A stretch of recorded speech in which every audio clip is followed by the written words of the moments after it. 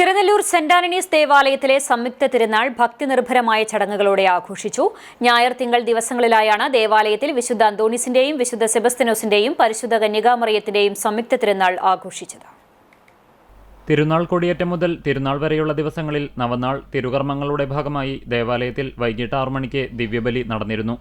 ഞായറാഴ്ച രാവിലെ 7-ന് father Jason കൂനമ്പ്ളാക്കൽ കാർമ്മികനായി ദിവ്യബലി, ലതീഞ്ഞ്, നൊവേന എന്നിവയ്ക്ക് ശേഷം അമ്പ്, വള എന്നിവ വെഞ്ചരിച്ചു.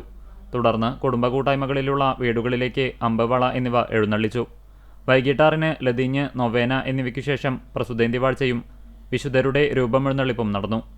കുടുംബ യൂണിറ്റുകളിൽ നിന്നുള്ള എഴുന്നള്ളിപ്പുകൾ രാത്രി ദേവാലയത്തിലെത്തി സമാപിച്ചു. അമ്പ് സമാപനത്തിന് ശേഷം മെഗാ ബാൻഡ് മേളം അരങ്ങേറി.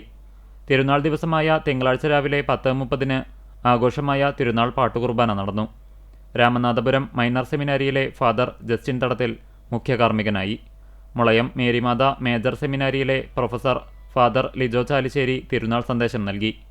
വേലൂർ അർണോസ് പാതിരി അക്കാദമിയിലെ ഫാദർ ജോർജ് തേനാടിക്കുളം സഹകാർമ്മികനായി.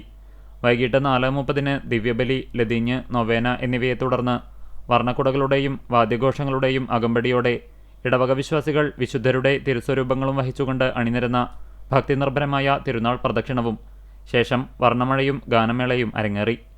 തിരുനാൾ ആഘോഷത്തിന് വികാരി ഫാദർ മനോജ് താണിക്കൽ, കൈക്കാരന്മാരായ Alfred Paul, CI Rojan, general convener KV Joel എന്നിവർ നേതൃത്വം നൽകി.